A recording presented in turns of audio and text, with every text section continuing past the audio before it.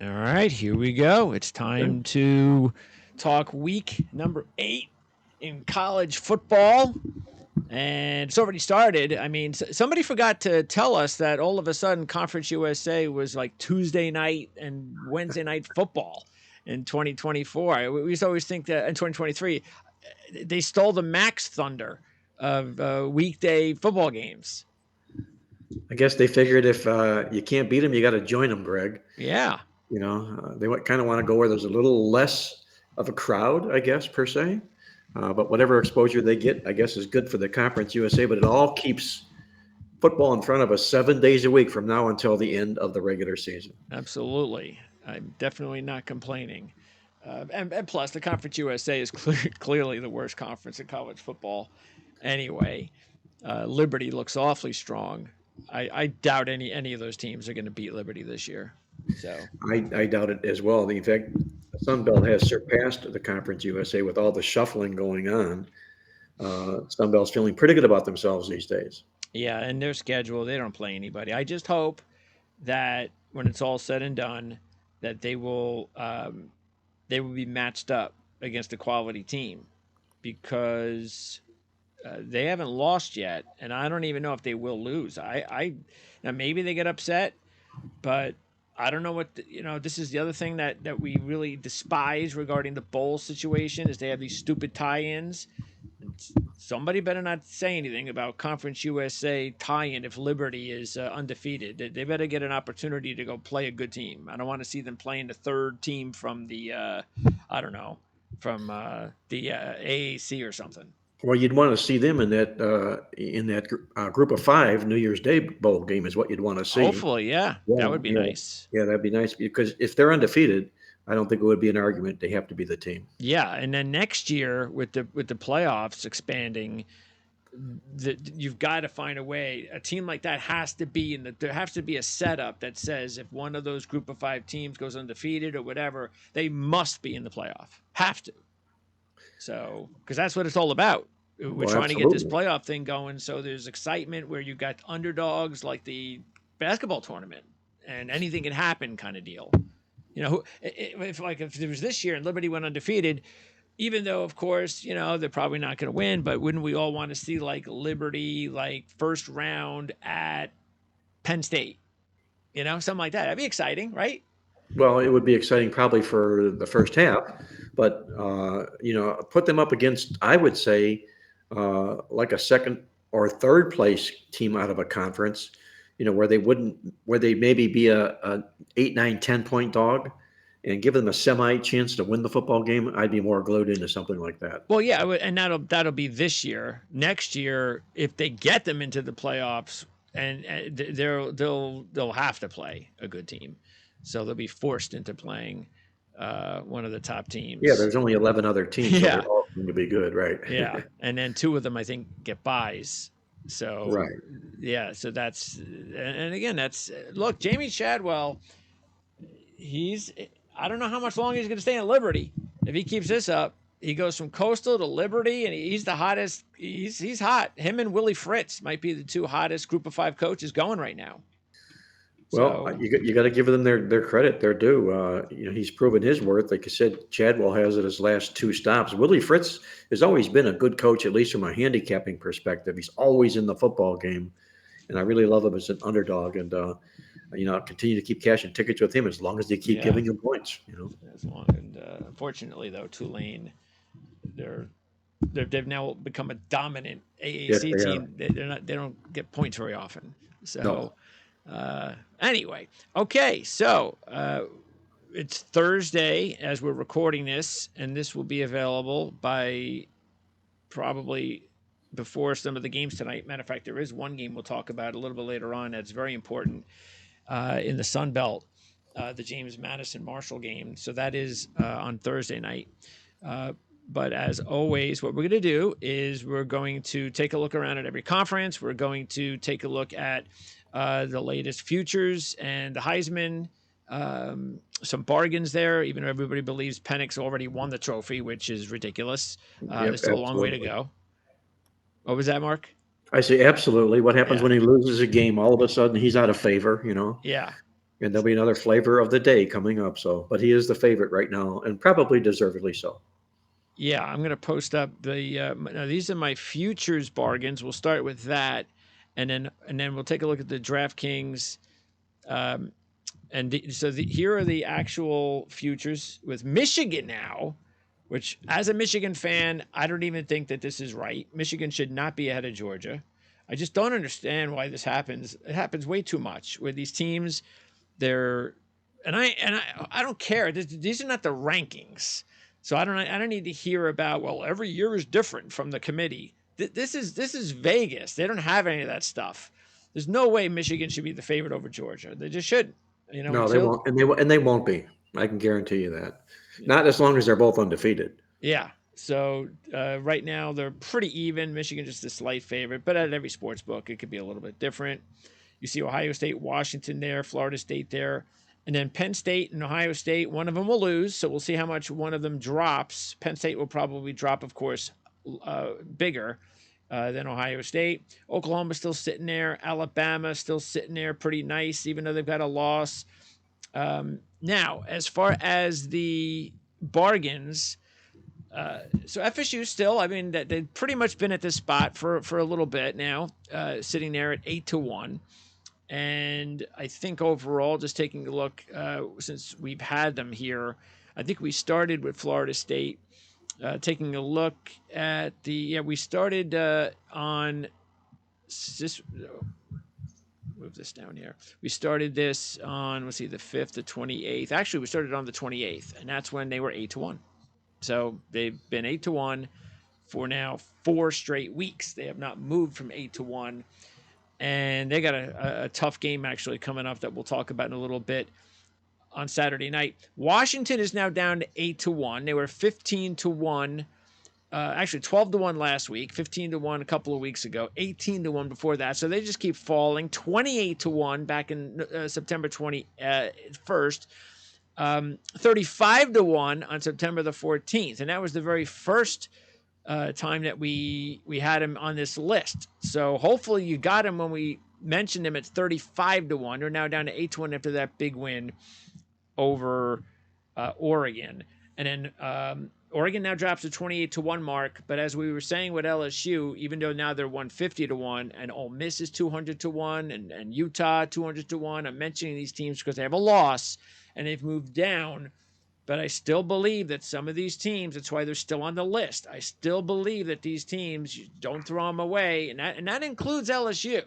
Because again, just got all you're looking at with LSU, and what we needed to see, Mark, was exactly what they did, and that was they had a dominating performance again. Offense, defense. Their defense, I know Auburn doesn't have a good offense, but it doesn't matter. They actually had one of those games that said, yes, it's a complete game from LSU. And remember, they're at Alabama in their next game. After the Army game, they got a bye. Then they're at Alabama on November 4th. Then they play Florida, Georgia State, and Texas A&M all at home. So if they can beat Alabama, put themselves in a position to play for the SEC championship, you are getting 150-1, and nobody's knocking LSU out of the Final Four if they win the SEC championship. As long as the door is open and the price is what it is, they have to be tickled. They have to look at that, because if the cards fall their way, suddenly they're in the football playoff, and you bought them at 150-1. So I think it's a no-brainer to at least put them on your ticket. Now, you don't want to maybe dive too deep into the waters with them. And you don't have to. That's the good part. That's exactly right. Yeah. Right. You might, for instance, you might play Penn State for a little bit more because they're 12-1 as opposed to 150-1. But you still have to, at least because the door is open, consider LSU. And look, the only reason that I'm not the same with Ole Miss is just because of reputation. But I'm going to say, but this is important to note. Since Ole Miss beat LSU, I think it makes sense to just do them both, because if you could, now you're doubling your odds. They've already played each other, and now what happens if Ole Miss, because they got the one really tough game left, that's at Georgia. So we've been all waiting for Lane Kiffin and Ole Miss to have that big year. And if they go out, they lose the game to Alabama. They don't look all that great. They score 10 points. Alabama had not gotten off to a good start this year. And then all of a sudden, it was like, it's the same old Lane Kiffin and Ole Miss. But since then, they had the big win over LSU. So they haven't lost. And then, like I said, they have that one major tough game. The other tough game is the home game against Texas A&M. I'm still not buying in completely because it's Lane Kiffin and Ole Miss, and they let you down all the time. But still, it's 200 to 1. And how do you know that this isn't the year? It could be. They're not 20 to 1. So even if you just throw $5 on it, why not? I mean, that's $1,000. Well, they have to hurdle past some teams, much like the other team on the list, the 200 to 1 team, Utah, which we'll talk about. They're going to have to hurdle past some teams also in the Pac-12, but they're still technically eligible. And if they do just that and they play up to their ability, you'd be glad you hold that 200 to 1 ticket on an Ole Miss or a Utah at this Yeah, stage of the season, right? same thing with Utah as you're saying, yeah, because Utah, again, if they run the table, now it's going to be a little bit harder. That's why you love the SEC teams because see, Ole Miss, if they beat it, since they got the LSU win, let's say they beat Georgia on the road, not likely, but again, this is the scenario they have to run the table. If they do that and Alabama loses, say to LSU, and now there's a tie. Ole Miss, LSU. Well, Ole Miss beat them. So Ole Miss will wind up in the SEC championship game. And if they win that, they are in the playoffs. Utah has a little bit different task because it's the Pac 12 and they've already got a loss. And they can't get there anyway without Cam Rising. I mean, I'm not saying that I doubt they're going to win all their games without Rising anyway, but they just, the committee's not even going to be that excited about Utah anyway, unless Cam Rising comes back. Unquestionably, he's the star of the football team, and arguably an MVP type player in the conference. Whether it's him or Caleb Williams or anybody from the other quarterbacks we mentioned, but without Cam Rising in the lineup here, Utah is not going to be a very attractive invite. Let's take a look at one more, and that is the Heisman. So we will knock off the futures, put on the Heisman, and I'm down to 4 right here. Those are the bargains, but here are the Heisman. So Penix is now the heavy favorite. So it was basically the Penix Nix deal, and Penix got the win by a hair of his chinny chin chin, and because of that, he's now minus 130, and Bo Nix is 20 to 1. Yeah, I mean, Wow. these two teams could play each other again in a championship Yeah. game. And what happens if Oregon wins? Flip that result around. What is it? Yeah, I guess Knicks might be the favorite. Yeah, Exactly. he would be Well, actually. Yeah, right. I mean, look at the difference. Penix is minus 130. The next guy's 10 to 1. I mean, Unbelievable. I don't think that ain't gonna hold. Now that's why it opens up for some of these bargains that we've already been talking about. Jaden Daniels. So you got the LSU Jaden Daniels deal. So that if LSU just continues to win and becomes more of an attractive potential playoff team, well, Jaden Daniels now that becomes an attractive Heisman pick. We've talked about Drake May. When did we remember we talked about May a couple of weeks ago? And when we first grabbed May, we had him at, let's see, where did we get 28 Drake? to 1, maybe 40 to 1. 40 to 1. Okay. Wow. Yeah, 40 to 1 on September 28th. And so now he's only dropped to 8. Well, it's a big drop, but it's 18. Still a good number, especially because they had the Miami game. So that was obviously because he has to go undefeated. Some of the other guys, whoever wins the Heisman this year, might have a loss under their belt, but Drake May has to go undefeated if he's going to win the Heisman. But North Carolina came through with the win over Miami, and now they're starting to look more and more like a complete team that we have not seen yet under Mac Brown at North Carolina with his second stint. Yeah, you got to like what's going on at North Carolina here. It's a football team that refuses to make a mistake or lose. And with the likes of Drake May at quarterback, Mac Brown, the veteran coach that he is here, they could be a sneaky play to make the college football playoff as well. They win, they Yep. take out Clemson. They win the ACC championship with no losses. They have to be in the playoff. Yep. And then, of course, if you looked at our list just a little bit ago, you saw that we have North Carolina now down to 65 to 1. When we put them on the list, we put them on the list on September the 28th at 120 to 1. Wow. So hopefully you got North Carolina at 121 when we put them on the list. And again, Drake May down to 18 to 1. So very similar. May, North Carolina, Jaden Daniels, LSU, they're kind of tied together. The new player on the list is Drew Aller from Penn State. And I had to put him on the list now, not because he's been flashy, but let's keep in mind now he has 12 touchdowns and no interceptions, 3 rushing touchdowns, hasn't done anything wrong. His 2 best games were against the 2 best teams he played, West Virginia and Iowa. Had 4 touchdowns against Iowa in that game. We know how good Iowa's defense is.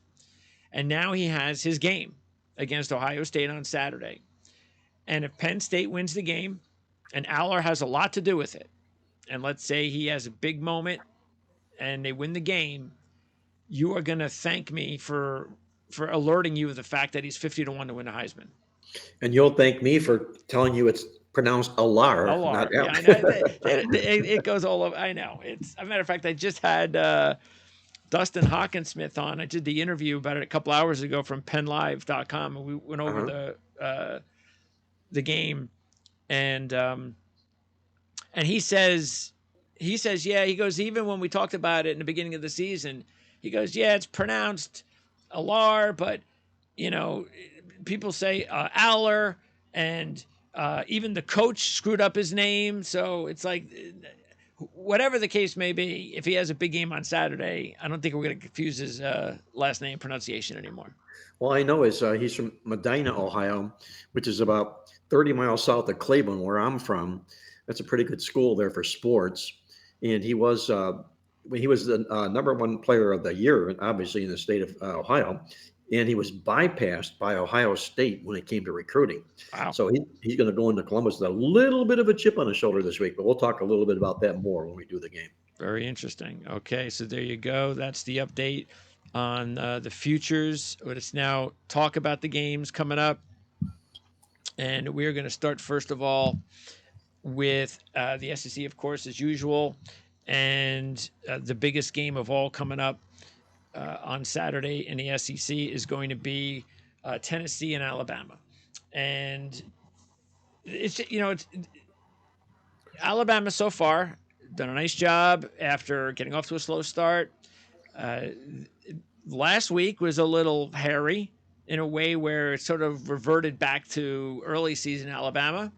And so that's why I'm just still not sure about this Alabama team. I still think because of the way they're playing, they're almost playing with fire, that they're just going to get caught up again at some point, and it's probably going to be it for them. And this could be one of those weeks. Now they did lose to Tennessee last year in that really exciting high scoring game, so there's a little payback there if Alabama wants to put that in their heads coming into the game this week. But Tennessee has done a solid job this year. They had one loss at Florida. Um, this is the only time they've been a dog all year. Uh, let's keep that in mind. They had the one road game against Florida and they lost it. Now they're on the road again. So that's not a good sign. But Alabama's won 9 straight at home against the Volunteers. They're a 9-point favorite. I'm not going with the upset. Just they're almost 3 to 1. Not to say I might not put a couple of bucks on it, maybe in a parlay, but I do anticipate this is going to be a close football game. I'm not so sure that Alabama is just going to kind of roll away with a convincing win. I think Tennessee is just a better team than Texas A&M, and I think they're going to give Alabama a tougher game. Well, as you mentioned here, they've lost 15 of the last 17 in the series. Alabama sort of feels comfortable, I guess, in their skin against Tennessee, although they do have revenge from a loss they suffered last year, as you laid out. Good stat for Alabama when they do play with revenge. They catch an opponent off a win and cover like Tennessee is, and that opponent is not undefeated. Alabama is 16-2 to the spread in those football games. So they've proven that they can handle teams like this. And again, I'll go back to what we talked earlier about Tennessee. I am not in love with Joe Milton as a Oh quarterback, yeah, and I think he'll find a way to choke out this game rather than win this game. And for that reason, I would lean to Alabama in the contest. yeah, he's the big drawback. He's the Yeah. one where you just go. I mean, I can't put my money on Joe Milton. I mean, it's you're going to be needing support from the running game and the defense, and he ain't going to win it for you. So, but look, they're well coached. They do have a running game. They do have a defense, and that's how it's going to have to get done, and turnovers and things of that nature. Also in the SEC, as we talked about with Ole Miss, they're at Auburn, so they have to keep winning these games to be in contention. They'll be taking on Texas, as we mentioned, Texas A&M and Georgia later on this year. They're 7-3-1 against the spread in their last 11 as a road favorite. Want to know in that spot this year. But Auburn, see, Auburn had that trend against LSU last week in the series. It did them no good. And they got another trend against Ole Miss, 6-1 straight up last 7, and now they're the dog by 6. But last week they proved well the trend just isn't working for them this year. They're a different team. They're a new head coach, of course, good head coach. It's going to take them a little bit of time to rebuild this program. They just have nothing going on offense. Ole Miss is definitely vulnerable. We know that. But I'm just going to stick with Ole Miss.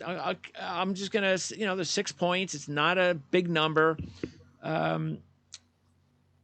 But just like we kind of said with Joe Milton, I mean, it's kind of hard for me. I don't know. I just need more and more proof that Lane Kiffin's got his team, his championship team, before I go crazy. I'm gonna pick him, but I'm not gonna go crazy about it. And I believe you like Auburn in the game. I do like Auburn. I think this is a must-win football game for Auburn, who opened up the season pretty nicely. Then they've hit this rut, and they need this game to bounce back and become a legitimate bowl team here. And I don't think you can find them losing again at home in an underdog like this. You can almost put the nail in the coffin for a football team like this. You mentioned Ole Miss; they've had pretty decent success as a road favorite, but when they're road favorites in this of 8 or fewer points, they're only 3-20 to the spread. So handling this role, I don't know about Mississippi here. I'm not the biggest Lane Kiffin fan there is at all. I think this is a do or die game for Auburn. And after that loss last week in which they didn't show up, I think they will show up here. Okay, and then you have another big game for Missouri and South Carolina, especially Missouri. Missouri went ahead and had that nice win against Kentucky. We talked about it, and they got it done. Eli Drinkwitz, and they got a nice little quarterback. This is a legitimate SEC team. They're at home against South Carolina, 7.5-point favorite. They've won 4 straight up and against the spread against the Gamecocks. They do have a bad trend against them, and it's 0-11 against the spread as a favorite, coming off an upset. So that's basically telling you, they go out there to pull off an upset, they kind of come back to earth the next week, and they've done that 11 times. Again, only if they're a favorite, which they are in this spot. But at least they're playing a team that they have handled over the last 4 years. I'm not taking the game. I think the number is pretty adequate. I think that's pretty much where it should be. In South Carolina, they really let it go against Florida. They had Florida on the ropes. It was a big game for them, as we mentioned last week, and they couldn't put the Gators away. Great job by Mertz. He's finally put it together. Got out of Wisconsin. Maybe that's what he needed to do. But as far as South Carolina, they kind of blew it. I know they had some coaching changes, especially with their offensive coordinator. Maybe that's had a lot to do with the fact that they're not the same team as last year. If I had to take the game, I'd take Missouri. Why not? They're playing so well. But, yeah, this is desperation city for the Gamecocks if they want to go bowling. Yeah, you got a real hungry team here in the Gamecocks coming in here, Greg. And I'm going to look at them in this particular football contest. Missouri's playing really well, almost too well. They're getting too much attention, if you will, per se, in that just because of the popularity of this football team. And it's 4 times in a row they've taken South Carolina out. When South Carolina has quadruple revenge, they are 8-1 against the spread. They're also 7-0, the first of back-to-back road games here. I think this is a nice spot where Missouri sort of like is reading too many press clippings, and South Carolina comes in really hungry because they need this game like blood. Give me the Gamecocks plus the points. Yeah, we'll find out if Missouri, how real they are, because these are the games, just like I said, Ole Miss. These are the games that these types of programs, if they want to, go with the big boys, they got to win. So we'll see if either of these teams can handle that. Okay, so let's move on, move away from the SEC and on to the Big Ten for the big matchup between Penn State and Ohio State. Of course, you guys talked about it on the Against the Spread podcast on Playbook Experts YouTube channel. This was the big game of the week, and it's clearly the game of the week in general overall. Uh, Penn State and Ohio State both 6-0. Couple of differences, and that's the fact that Penn State has covered all 5 of their games this year. They're also, even though Ohio State's a good defensive team, Penn State is a little bit better. Penn State is probably right now the best defensive team in college football. Statistically, even statistically speaking, I mean, they have got a really good defense all over line of scrimmage, linebackers. They've got a potential first round pick at corner. It's going to be a great matchup. That is going to be something to watch for Penn State. You got King against Harrison. That should be a great matchup. Scouts going to be really tuned in for that one. I love the fact that the points just keep moving up. It's 4.5 now in some places. I think what's happening is sort of like when I was talking to Dustin. Dustin said that he initially, in the beginning of the week, he liked Penn State. And as the week has gone on, he's kind of turned to Ohio State because he's kind of remembering. And I think this was going on. I think the longer the week goes, it's like, yeah, but we've seen this before with Penn State, and Ohio State always wins these games. They always come up big. They always find a way to knock off Penn State. And and maybe that's why the line starts going up. But as I said in the beginning of the season, I think this is Penn State's year, and I think they got the quarterback advantage. We'll find out. McCord had his nice little game-winning drive against Notre Dame, but he didn't have a great game. He had one good drive, but I think this is the opportunity for LR, for Aller, whatever you want to call him, to go out there and make some plays. But more importantly, I think it's going to be a slugfest on defense. And I think Penn State's defense is really going to be the deciding factor here. I don't think this is going to be a high scoring game. This might be very similar to the Notre Dame game where they don't even go into the 40s. I'm not a totals guy like Victor, but I'm taking Penn State. And I also like the fact that even if they lose, I'm getting 4.5, 5. I think Victor alluded to the fact that he's going to play this game under the first half, I believe, in the football game. The thing that concerns me to the total a little bit is that Penn State has scored 30 or more points 13 straight games in a row, every game this year, and going back the last 7 games last year. So they're finding a way to put points on the board, is James Franklin's football team.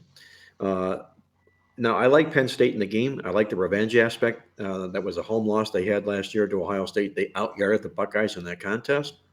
That's always a nice comeback when you play the undefeated dog in the rematch. The main thing that concerns me, though, is they're getting 4.5 this year. Ohio State laid 15.5 at Penn State last year. There's no justification in the line swing of what happened last year as opposed to what it is this year. Well, CJ Stroud's in the NFL now. Well, I understand, but I don't think they went into that game saying because C.J. Stroud is the quarterback, we're gonna make them 15.5. He just happened to make Ohio State a better football team last year. Sure. So kudos to him for what he's done so far. But I just don't agree with the line swing in the game. That's my main concern. But I do like Penn State. Remember that stat we have in our newsletter? We'll call it out again here. The last 19 times Penn State is playing off back-to-back wins and covers. They are 18-1 straight up and against the spread in those games. That's the role they'll dress up here in this football game as well. Yes, big time. And this is look.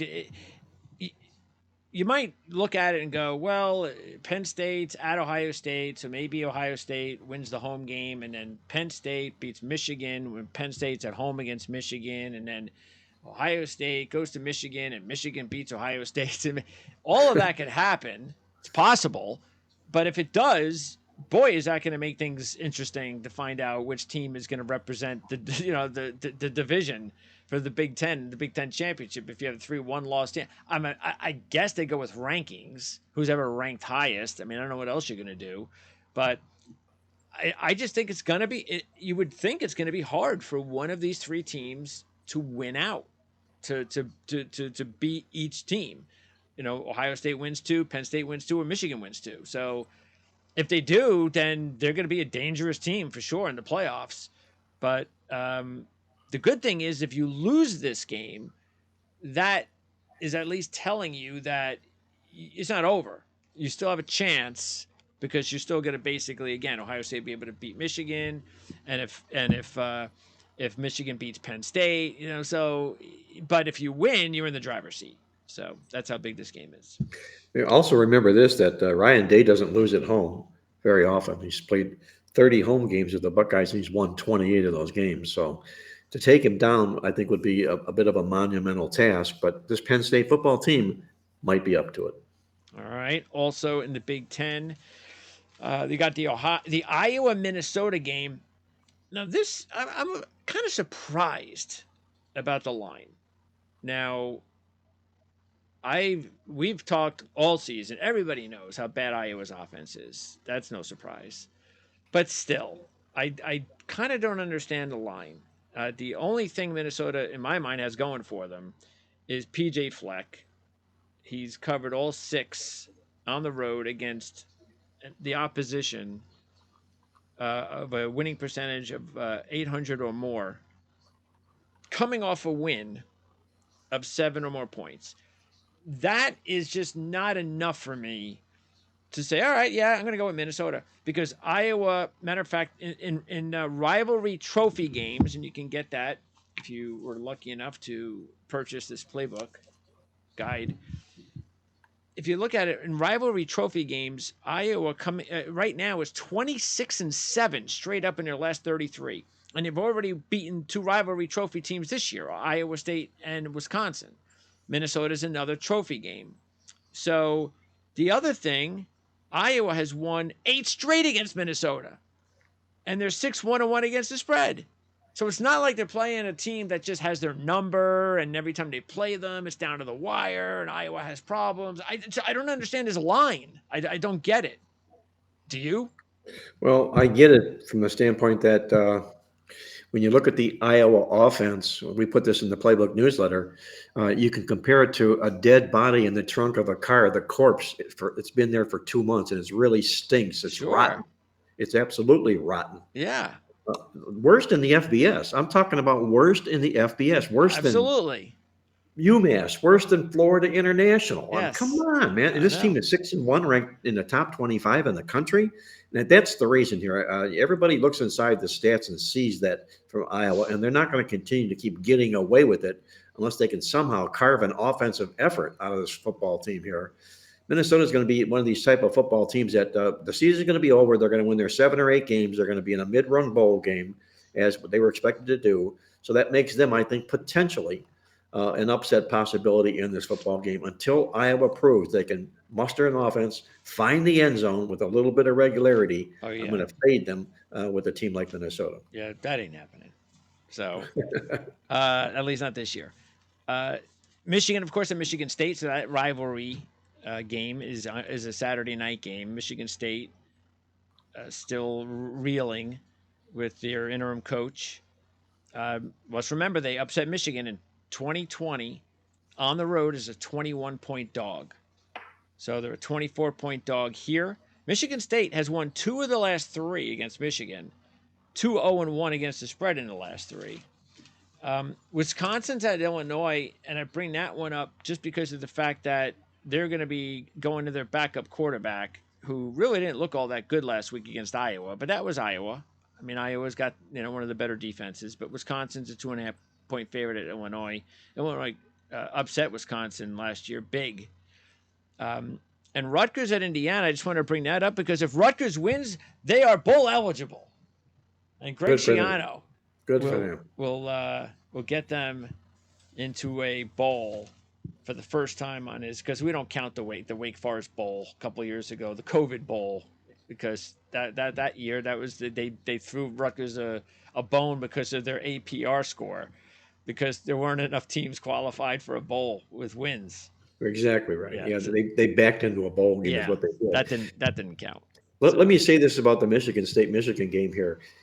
There is an ongoing allegation about Michigan stealing signs all season long, and they say that there is 100% foolproof.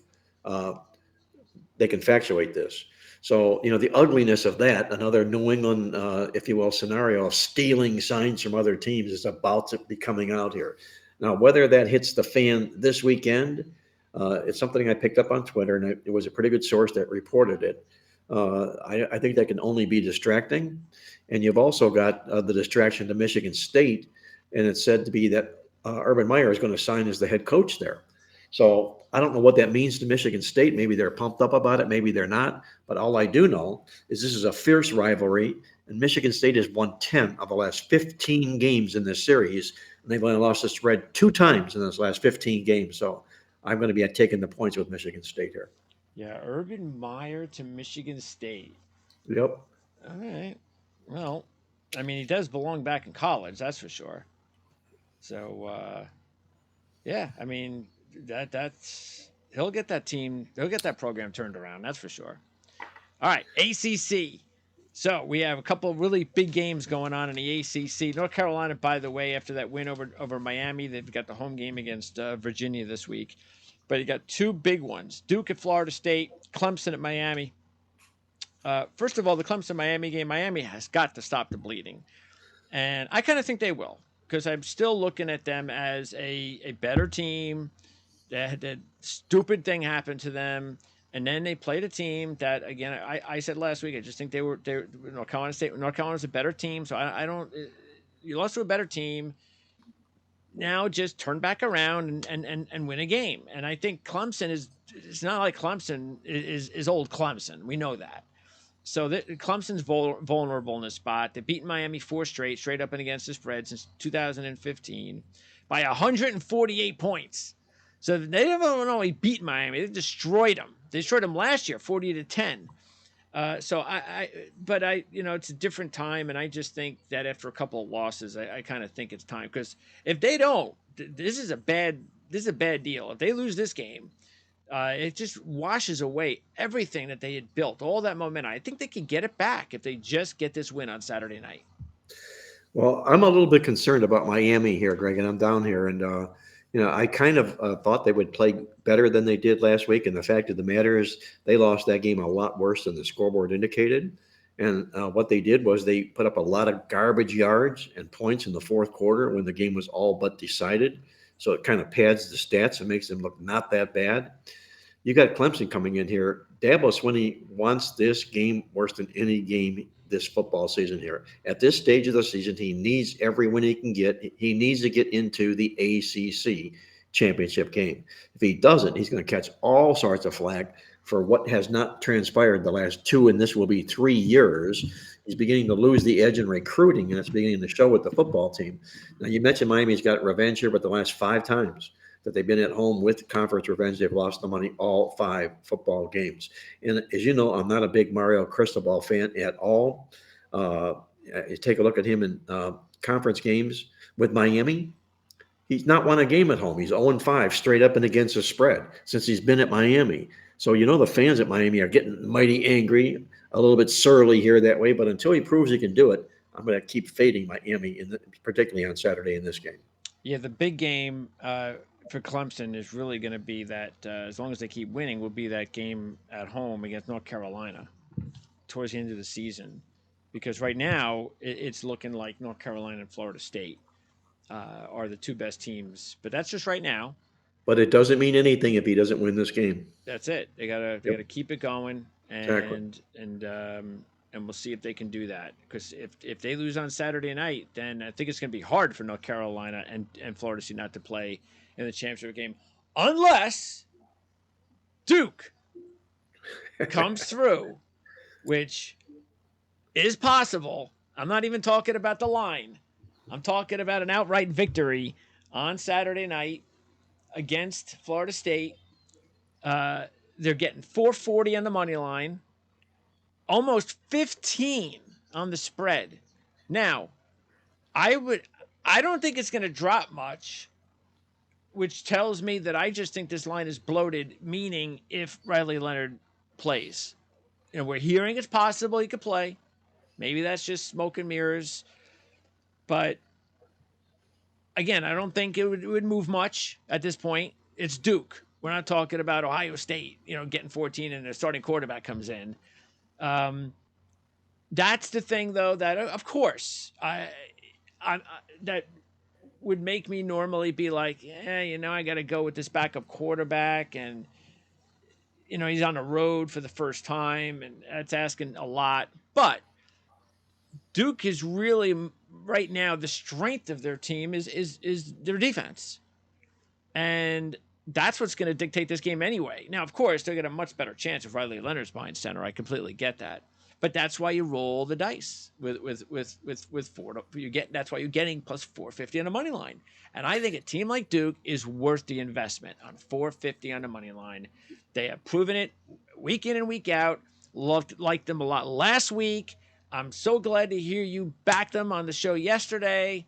Uh, Absolutely, because Florida State, you just look at them and watch them play, even, and there's just something about them that they're just kind of, I don't know, sort of like I don't know if they're bored, but It's called just overrated. Let's call it like it is. maybe Okay. that's what it is, and then that's what's going to open up on Saturday night, especially if Leonard finds a way to play.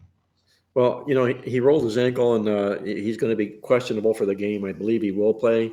But the fact of the matter is, this is a Mike Elko football team that Duke is playing with. And he's been fantastic since he took over. They've won 14 of the 19 games since he's been there. Uh, this stat blew my mind. He's been a double digit underdog 3 times with Duke, and he's won all 3 games as a double digit dog Yeah. straight up. Straight up. Didn't even need the points. Now you know And why they're on my double-digit upset list this Well, week. there you go. And you've also take a look at the opponent here in Florida State. And I've kind of been riding against them here because I think that they're soft and they're phony. Soft and phony from the sense that they're 6-0, but they've been out-yarded 2 times and they're allowing 343 yards a game. Those are not the attributes of a 6-0 football team. Uh, they're sort of getting away with, I think, a little bit of smoke and mirrors here. And teams like that eventually get exposed. And I think it could happen here on Saturday. I'm with you. I like Duke in this football game. Yeah, I mean, if you look at it, they'll win their next two if they beat Duke, and then they only have two other tough games the rest of the season: Miami at home and Florida on the road. The two Right. rivalry games. That's it. So this is one of those big tests for them, and I think this is going to definitely also prove to us how good Florida State is. I mean, because there there's like a chink in the armor of a lot of these teams that are especially the ones that are new to hasn't been around this situation in a while. Florida State's one of those programs, and winning every week is, especially if you have to play good teams, even if you're at home, it's not so easy. There's a lot of distractions for these young kids. Again, we agree, it's not like they're great. They're a great team. They're very talented. There's a lot to like, especially on offense. But let's just not get ahead of ourselves that this is Bobby Bowden's Florida State Seminoles just yet. I mean, we're not there. It's going to take a few more years, and maybe Norville will get there in a few years and get this program to being a dominant team, a dominant program again. He's not there yet. So yeah, I think they're vulnerable on Saturday night. So we'll see. Um, let's now move on to the Big 12 and Oklahoma. After the win over Texas, they had the bye, so they come back to playing Central Florida. And by the way, Central Florida has been spanked in the Big 12 so far. Of course, they had that Baylor loss that didn't help any. So they haven't won or covered any of their Big 12 games so far this year in their new conference. And Oklahoma has not dropped a cover all year. So I like Oklahoma in that spot. But I think bottom line is yet we have to keep in mind that these new teams, especially, and Central Florida is one of them, that there's still motivation in these other Big 12 programs to kick their butt and prove that they don't belong. Because Houston actually, I think Houston is the only team to win against a Big 12 team yet. Now BYU beat Cincinnati, but that doesn't count. So, and then of course Houston did it on a Hail Mary and beating West Virginia. So that means something. Texas, meanwhile, is a heavy favorite at Houston. Speaking of Hail Marys, as far as the interesting games, you got West Virginia at home against Oklahoma State, and Oklahoma State started to turn around their season. They're now 4-2. So is West Virginia, and we're going to find out if West Virginia can get over that loss, that Hail Mary loss to Houston. And I think they will. I'm not touching the game, but I think they will. They're a 3.5 point favorite at home. Well, I'm going to fade West Virginia here. Everything went their way for what they did, and kudos to them. It looks like they saved Neil Brown's job for all intents and purposes. They look like they're going to be a bowl team here. But sometimes when you're on a roll, like a team like they were, that comes out of nowhere, out of the ashes, and starts winning football games, and then loses a game they're expected to win as a favorite, it sort of puts the lump in the throat, if you will, and that's what they've lived with the past 2 years. The lump in the throat at West Virginia here. I'm going to fade them at home in this football team game and make them prove to me that they are indeed a good football team. Uh, and then you have some intrigue, Texas Tech at BYU, because they may be down to the third string quarterback in that game. So you got to keep an eye on that. They lost their backup in the game last week against Kansas State, and not many programs have a quality third stringer. So keep an eye on that game at BYU. But there's a good game at Kansas State between TCU and Kansas State, and this might be the best game of the conference this weekend. TCU, let's remember, they went undefeated in the regular season last year, but then they lost the Big 12 championship game to Kansas State. That was their first loss. Still got invited to play in the playoff. It's the first time they're a dog this year. They're just 4-11 against the spread in the last 15 as a road dog, so that's not very good. Kansas State, meanwhile, 11-4 against the spread in their last 15 as a home favorite. So that tells you to take Kansas State, but I'm actually taking TCU. And I usually jump all over Kansas State, but I just think that's a big line. I didn't expect this line to be so big. I thought it would be like 4. So I'm a little bit surprised it's up to 7. I think TCU is a halfway decent team, and I don't think that they're a team that is going to get pushed around by Kansas State. So I think this is going to be an exciting game to watch. And I'm not taking the upset, but I'm taking the points. I agree with you. I think this TCU football team isn't getting any respect at all. Kansas State's a little bit overinflated, I think. And you're talking about a TCU football team that is beginning to put it all together here. And they have a lot of talent back from last year. People think that, they lost Max Duggan and they went out the window. But truth of the matter is they brought a lot of talent back from that team last year. They plastered BYU in their last football game. In total yards, they beat them by 351 yards, which tells me this football team is really about to go on a roll in a football game like this. I like the fact that they are the defending Super Bowl loser, and defending Super Bowl losing teams that dress up as underdogs the following year have never lost the spread. That's the role that TCU will find themselves in this particular game. I like them plus the points. I think they win this game straight up. So defending Big 12 championship losers. No, no, national championship. National championship losers. Yes, Okay. yes. Got it. All right. Pac 12. What do you think do you think the Pac 12 got hurt with USC's loss to Notre Dame? Well, it certainly didn't help, that's for sure. They were exposed, if you will, a little bit outside the conference. The conference had done so well in all games this year, especially in non-conference games. But what got exposed there was Lincoln Riley's defense, or the lack thereof of a defense. We saw it coming. He was horrible on the road as a head coach at Oklahoma. He's not any good at Southern Cal on the road. He makes all of his money in his hay at home, does Lincoln Riley. He's been a terrific coach at home in his career. This is a difficult game for me because you got much the better defense here to Utah, but you got much the more incentive here, if you will, in this football game to Southern Cal. They were taken out twice last year by Utah, once in the Pac-12 championship game. And we call this our incredible stat of the week in our Playbook Football newsletter this week. And it's about Lincoln Riley, who was 40-2 outright in home games in his career, 20-0 from game 6 on out, which is the role he'll be in this football game. So if he wins this game, do you like his chances of covering the spread? I would say yes. I'm going to be on Southern Cal in this football game. Yeah, we talked about this on the show yesterday, and that is that I just typically like to stick with teams um, that in my mind don't get the respect they deserve. With Utah winning those 2 games last year, they're getting 7. It's like, wait a second, we just beat them like twice last year and beat them up in the championship game, beat up that Theismann winner in the championship game with our defense. Yeah, Cam Rising ain't here, but the defense beat him up, and he was beat up last week by Notre Dame, and they got a kind of good defense just like Utah. So that's why I'm going with Utah in this one. But that's just because just sort of like a thing that I just kind of stick with. Um, but the other thing is are we ever going to see Cam Rising? That's the thing. Because one Is of these there weeks he might show up. a Cam Rising sighting? Yeah, Yeah. So I'm hearing they're going to redshirt him and bring him back for a sixth year next year, which would probably be the wisest thing to do. Where are they going if he comes back? That's the question. They don't win this football game, they're out of the Pac-12 race. All they're going to be playing for is a better bowl game.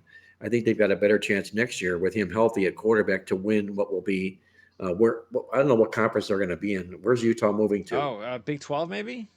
Maybe to the Big 12. Okay, they would have a better chance with him next year as opposed to uh, where they're at right now inside the Pac-12 conference. So I think they need Cam Rising in this lineup to be a threat, and without him, I think they're vulnerable. Also, of course, Washington had the win over Oregon, the big win over Oregon, and and and I don't know. I'm sure it was talked about all over in Oregon, and I don't know how the fans took it. Didn't check, but I was actually 100% with the decision to go for it on fourth down because they had one. Which fourth down? He went for it three times. Well, I guess the last one, Okay, the one where they had the lead, and if he gets to fourth down at midfield, the game's over. the game's Right. over in the one play, and I'm okay with that because I honestly felt that if they punted, Washington just would have moved down the field and scored anyway. So, uh, Oregon, yes, they had a good defense, but it's not a great defense. Washington's too explosive, and I thought it was the right call. And plus, they got the ball back anyway, and they had an opportunity. They just could not. I mean, they had the shot. They had the ball at a minute and a half to go to march down the field and score, and they couldn't do it. They only needed a field goal, and they couldn't do it. Um, so, It was a great game. I mean, yeah, it lived up to the billing, and yep. every time each team's offense came out on the field, you were expecting them to score And it didn't because happen the all the offenses time. were that good. You That's know what why I it was mean? good. Yeah. Yeah, exactly. Both quarterbacks lived up to the hype. It was one of those football games you were kind of sorry to see it over, is what it was. And they may play again. Yes, they may. So that could really. So But Oregon. I'll be fading them this week, though, Washington. Off of that big win. This Arizona State football team, Greg, is a little bit under the radar here Yep. right now. They're not going to go bowling. You have too many losses in their ledger, but they're playing some really good football. I believe they have rest, and their last two losses, they won the yards Yep. over 100 yards in both of those football games. So, there's a little bit more meat on the bone to Arizona State than what meets the eye. And this is really just a natural letdown for Washington after that big game. Yeah. Nice combination. One Yes. team coming off biggest game of the year, down to the wire. The other team had a whole week off, Yes. sitting waiting for And them. outplayed their opponent thoroughly the game before. Yeah. So Arizona State 2-0-1 against the spread in their last three games. By the way, they have beaten Washington the last 2 years. They beat them last year as a 13-point dog. Nobody's saying they're beating them, but they're getting 27 points in this game. And head coach Kenny Dillingham, by the way, is still looking for his first FBS win. Washington's last four games this year, after they play Stanford next week, are against USC, Utah, Oregon State, and Washington State. They are not running the table. It's not happening. Well, if they do, you can put them down Penix for the Heisman Trophy Yeah. if they do just that. Yeah. I'll But hand them the trophy. we have to throw this out there. Arizona State has just given Washington fits in the series. They're Yeah. 14-1 to the spread. The last Wow. 15 games in the series. I didn't know Yes. that. 14 Yes. and 1. Yes. I got to write that So down. this is obviously here a very dangerous game for Washington. 14 and 1. Yes. Wow. Yeah, so I just want to remind our viewers that I will be recording, just like last week, I'll be recording another show tomorrow that will go over a lot of the stuff that we don't have time to go over on this show as far as trends and other information for college, and then the rest of the show will be on the NFL. So so that's going to be on tomorrow's show. All right, so yeah, we both like Arizona State, and Oregon's a 20-point favorite against Washington State. And how about our Arizona Wildcats, baby? They Here we finally go. did it. And so we said last week, were they gonna kind of go away after those tough losses and just be like, oh, they're gonna have a flat week and they just woe is me, or they were gonna go out there and kick butt, and that's exactly what they did. They kicked butt. They kicked Washington State. I mean, Washington State was looking great to start the year. All right, they go on the road. They have a tough loss. All right, it's a road game. But then they come back home and Arizona just killed them. So I don't know what to expect out of Washington State in this game. So that's why I'm not touching it. Oregon next week at Utah. So big game coming up for Oregon. Could be a sandwich game, but considering they lost, I don't think it's much of a sandwich game. I expect Oregon to. I would say that I would take them if I was going to touch the game, but it is a lot of points. Well, this game will be whatever Oregon wants it to be. If they rightfully come and not play in this game, disappointed after last week, I would understand that. Washington State should be red-faced and embarrassed coming into this football contest. But if Oregon wants this football game, they will win this football game. They have a monster offense, this Oregon team does. Just monster. And I don't think Washington State can do anything about it. Yeah, you know what I like? See, even though Oregon lost, I came out of the game thinking Oregon's the better team still. And the reason I think that on a neutral field uh, is because they have a running game. Washington doesn't have a running game. Oregon has those two good running backs, both of them very talented, and they got a better defense, I think. So even though Washington got the win, and no, I'm not saying by a lot, I'm saying by a little bit, but you mentioned that, and that's what makes Oregon a really complete offense because they have one really excellent receiver, but it's not like they have five receivers like Washington does. They have one really talented receiver, but two excellent running backs, and also a very good tight end. So they're a complete offense. We have to throw this in here. In that game last week, Oregon and Washington, how he gambled on those fourth down plays. He did the same thing the previous year.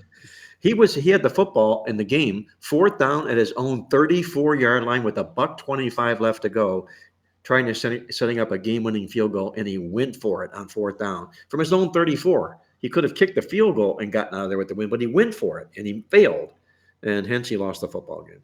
Yeah, well, I mean, it's possible that if the Chargers job gets open, then maybe he'll take Yeah, over. his resume would fit real well in there. Yes, Yes, it it would. will. All right, now let's move over to the group of five. So you've got the AAC. By the way, there's a game tonight, Rice and Tulsa. I'm actually picking Rice in that game. And I want to remind everybody, too, that I'm not putting all of my picks this week on the board. I'm going to save it for the show tomorrow. So the game tonight, I am taking Rice, getting the 4 against Tulsa. Um, and also in the AAC, by the way, EJ Warner did not play in the game last week for Temple. So that was one of the upsets I had, but they weren't upsetting anybody without him. That was the North Texas game. UAB is at home against Memphis. And the other game, which is really the biggest game in the conference, is, and this is the biggest game, I mean, is UTSA at FAU. Tom Herman is slowly getting that FAU team going. They're starting to play some good football, but Frank Harris is back, and he took over the reins a couple of weeks ago. And we talked about UTSA getting off to a sluggish start this year. Well, Frank Harris has returned the last 2 weeks, and they have won both games straight up and against the spread. They're starting to look right like the old Roadrunners. They're 7-3 against the spread. Their last 10 as a road favorite, 1-0 in that spot this year. They've never beaten FAU as a program. They're 0-3 all time, haven't played since 2020. This is a real good matchup, but I'm just taking UTSA because this is one of those matchups. This is one of those who's the better team. This is the big boy. Even though UTSA is stepping into this conference for the first time, but I just like the way they're going right now, and even if FAU loses, though, we might see these two teams in the championship game. Yeah, he's done a great job with FAU. Really, really improved this football team. But the truth of the matter is, UTSA right now, to me, is like the New York Jets with Aaron Rodgers back. Okay, with Harris being back for the UTSA football team. That's how good and what he means to the team. He's not Zach Wilson, where they struggled and pittered and pattered along the way. And there's a reason they went 2-0 straight up and against the spread. He was the most valuable player in the conference last year. So it's a huge, huge edge having him back in the lineup. And don't be surprised if UTSA runs the table going out here. This makes it a real tough handicap because, as you mentioned here, you got a very improved FAU team, but I still think UTSA gets the job done. I agree with you.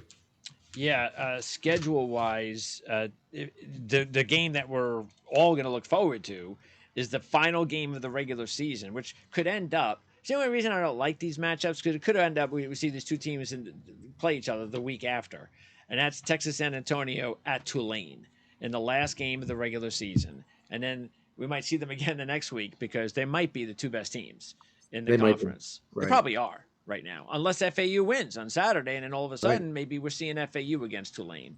So, all right, Air Force and Navy. So let's talk about that with the Mountain West next. So you have Navy from the AAC, Air Force from the Mountain West, and I like Air Force in this one. They're a 10.5 point favorite.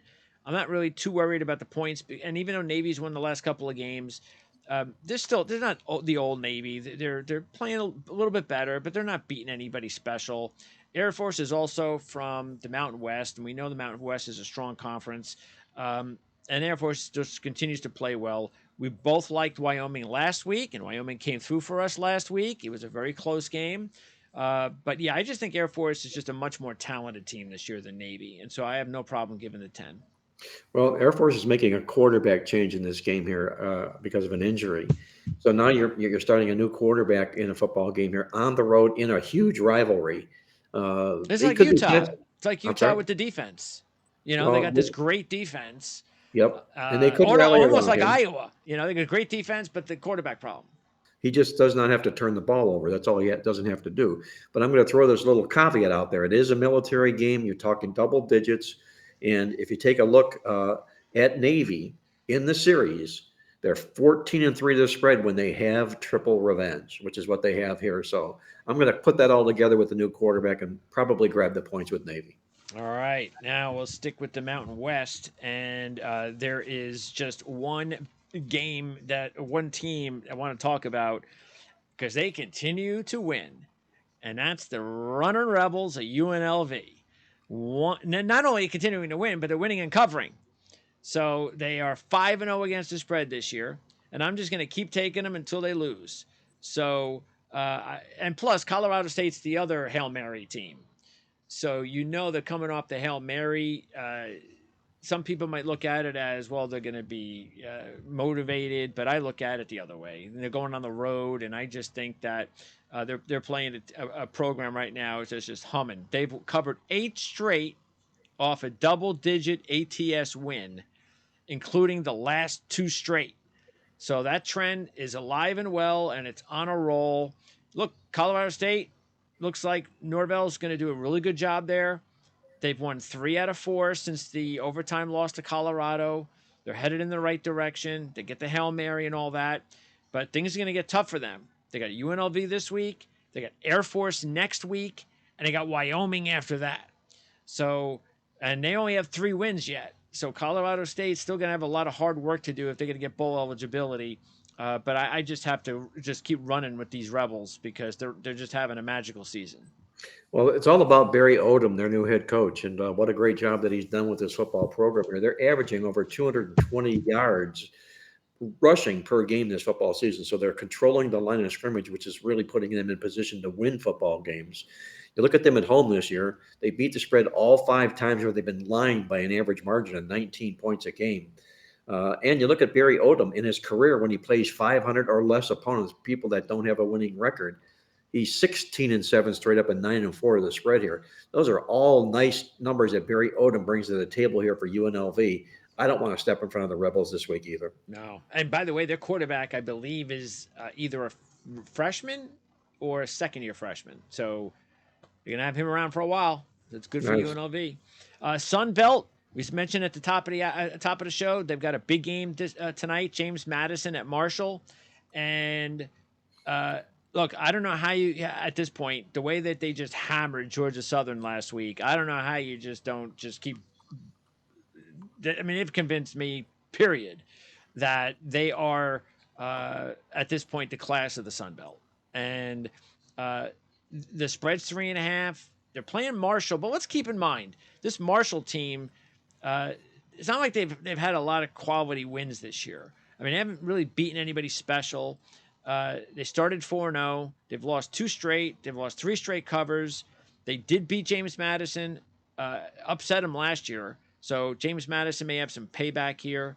They've won all six games this year. They've covered four straight, and they've beat quality teams. You know, they beat an ACC team. They beat Troy. They beat Utah State from the Mountain West. They beat South Alabama, Georgia Southern. So these are quality teams they've been beating.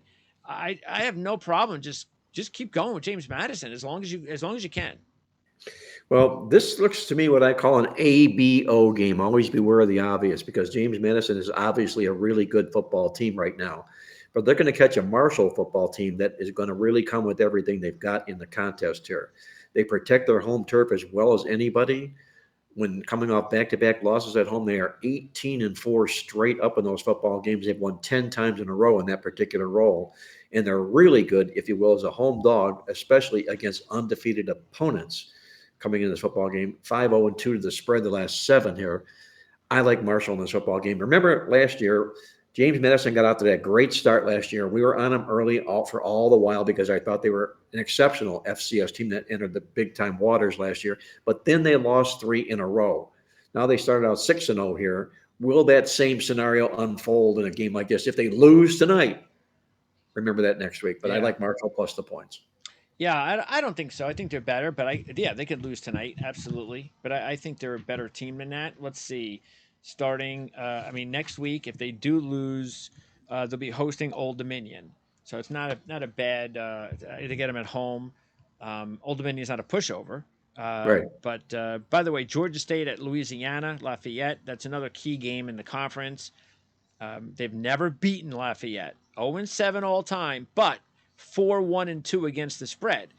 They're also 11-4 as a road dog. So I like that. While Lafayette is 1-6 against the spread at home following a bye. I think this Georgia State team, I keep saying it, Sean Elliott, very underrated coach.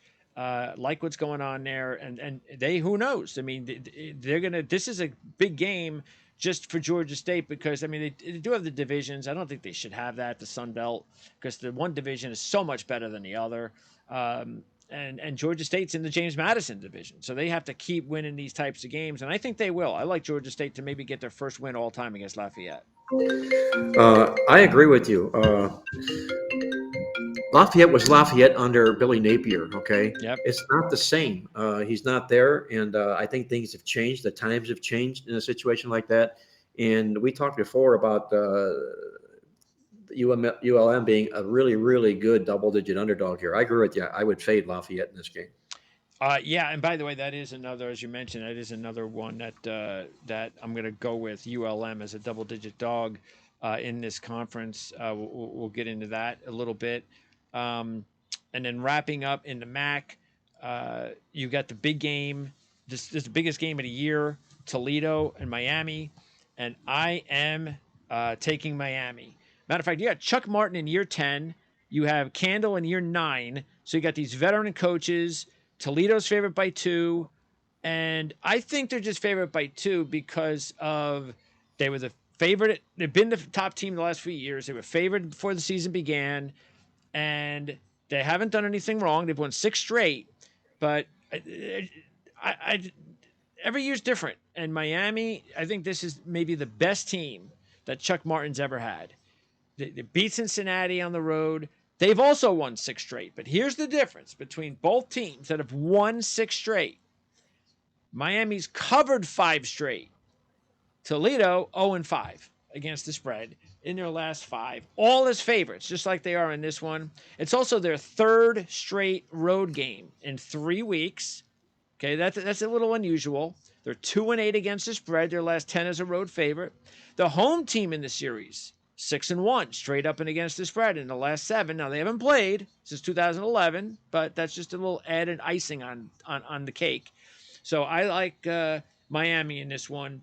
And like I said, I just think that there's something about, from what I've seen, uh, uh, they we talked last week actually about whether Ohio was the top team in the conference. Well, Ohio loses to Northern Illinois. that leaves these two teams right now, I believe, as the matchup of determining who is the best team in the conference right now, and I think it's Miami. Well, I like your analogy, and I would, my father was an auto mechanic. Okay, and as a kid out of school, I would go to school, go to the garage where I worked. I'd clean the tools and help him tune up cars. Well, to me, this game is just like that. You're taking these two automobiles, these two machines, and you're putting them under all the components that you need to do for a tune-up, and you're looking at them and you're saying, okay, they're both on this nice win streak here, but Toledo's not hitting on all cylinders. They're winning games and not covering the spread, which means they're not playing to their ability. Miami's winning games and covering the spread, which means they are playing to their ability, and they're the home underdog in the football game. They're 7-1 to the spread, the last 8 taking points at home here. I think Toledo gets exposed in this game, and I'm with you. I like Miami. All right, and then as we wrap it up, let's go over the two other segments on the show. First, the under the radar games. I've got 4 of them from the group of 5: Air Force at Navy, UTSA at FAU, Georgia State at Lafayette, and Toledo at Miami. You got some really good ones here this week. So let's make it tough for you. If you have one game as a fan to watch, which one are you taking? Run those by me one more time, please. Air Force at Navy, Yes. Texas San Antonio at Florida Atlantic, Georgia State at Lafayette, or Toledo at Miami. I'm going to watch UTSA and FAU. One to see whether or not this is a real legit UTSA team back on track and whether or not Tom Herman's got this team where they want to be. But it'd be difficult also not to watch the Miami Toledo game. I think they're both a coin flip, but let me watch UTSA to see if they're for real. All right. And then as far as the picks, the double digit upset picks this week. No doubt in my mind. Go ahead. Yeah, this is an easy one.